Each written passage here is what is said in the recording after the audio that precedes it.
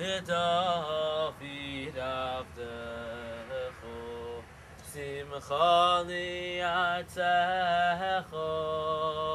V'sasam Li'recho U'tzmichas keren L'David Avdecho. Rebbe Nachman is known for his great stories from ancient times, stories that were from before the time of man, maybe even before the time of creation. Ancient Atik Yoimim, stories which have the ability to wake a person up from slumber, from sleep. What type of sleep are we talking about? Not a sleep where a person lays down, but sleeping from Abod Hashem, sleeping from the work of God that every person has been created to do, sleeping from serving Hashem for tefillah, for prayer, and for the learning of Torah, sleeping from the 613 commandments, and maybe sleeping from faith, emunah in Hashem. And so great are the stories from Rebbe Nachman that a woman who has trouble conceiving can conceive a child just from reading these stories. And so I'm going to tell you a story about the importance of being happy and keeping your faith. So, once upon a time, a man had found a diamond, and he was a very poor man. And as soon as he saw it, he thought, for sure I'm going to be able to sell it for a lot of money. So he sold all his belongings, because he knew he couldn't sell it in his own town. He'd have to go to a place like England, where there's a lot of money and a lot of wealthy people. So he sold everything. He just managed to make his way to the seashore, where he could find a captain who would maybe let him on the boat. But he had no more money. Just enough money after selling everything to go that far. So when he got to the launching area, he showed the captain his diamond. He said, "Sir, look, I have this diamond. I'm traveling to England. Please, if you would take me." And so the captain, seeing the diamond, didn't even ask for money. He assumed for sure the man would be able to pay him.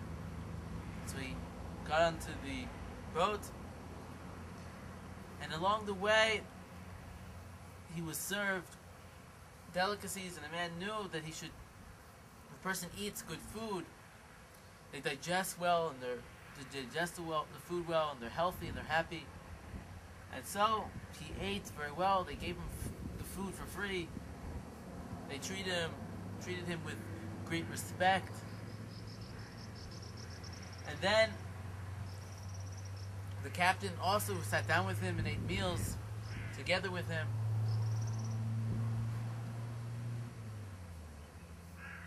And the captain thought to himself, I have this wheat I'm trying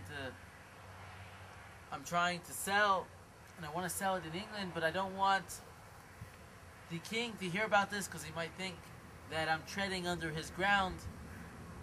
So I'm going to put it in the Jew's name, because he felt he could trust him. He was a wealthy man already. He's not going to run away with my money. He has this diamond. And so the captain signed all the wheat over to the poor man, that he should sell it for him. And so one day he was sitting and eating his meal as regular, and he fell asleep. The Jew fell asleep, and the diamond was on the table near his food, and the boy came to clean the food up, to clean the platter. And when he was cleaning it, the diamond somehow fell. It disappeared. And he woke up and he, what am I going to do? I've lost the diamond. How am I going to pay the captain? He'll kill me for sure. And so, knowing that the captain, if he found out that he was really a poor man, had no means at all, he'd instantly kill him. So he pretended each and every day that he still had the diamond. So in order to do that, he had to remain happy. So he faked it. And he pushed himself, he forced himself to be happy. And pretended all the way. And when he got near the shore, that day of the arrival, the captain passed away. And the man rejoiced in that he was a poor man, but now he had all this wheat signed over to his name. And so it belonged to him. And so we see from this story that if a person remains happy, what belongs to him will come to him. It wasn't the diamond that belonged to the Jew. Really, it was the wheat. And that is what he got. But if he didn't remain happy, Hashem would not have given it to him. And so, no matter what circumstance a person is going through, no matter how difficult, if he remains happy, if he forces himself to be happy, blessing will come. What is rightfully his will come. And there's no reason to ever despair. You know, every day can be a struggle for people, not knowing where the next dime is going to come from, how they're going to pay their mortgage, how are they going to put food on the table, how they're going to put fuel in the car. But they have to fake it to their family, to their friends, and even to themselves. And Rebbe Nachman says, if you force yourself to be happy, eventually you will be happy. It's like a training. You know, Chazal teach us that for 40 days, if a person is very strong in working on their character traits, they can change any part of themselves, whether it's anger, impatience, whether it's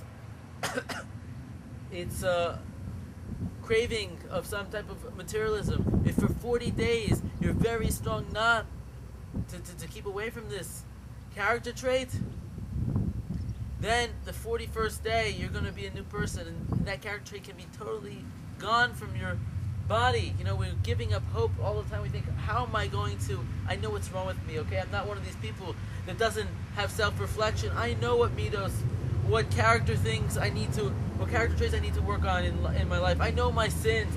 It's like David HaMelech said, my sins are before me. I know what's going on. But I don't know how I'm going to change it. It's just too hard. It's too hard. I can't defeat the Satan. But if you remember this idea from Chazal, from the Talmud, that for 40 days straight, if you change your character traits, and you take it then one day at a time, going towards 40, take it on your calendar, and make goals for yourself, and rewards. And if you know and believe that you can make that change and make that difference in yourself, then you can do it. But if you don't believe, you're not going to make it. And so, we must force ourselves to be happy. We must force ourselves to take it day by day, and to be strong, and to know and believe with emunah that things can change for the better. And that blessing and what is rightfully ours is right around the corner waiting for us.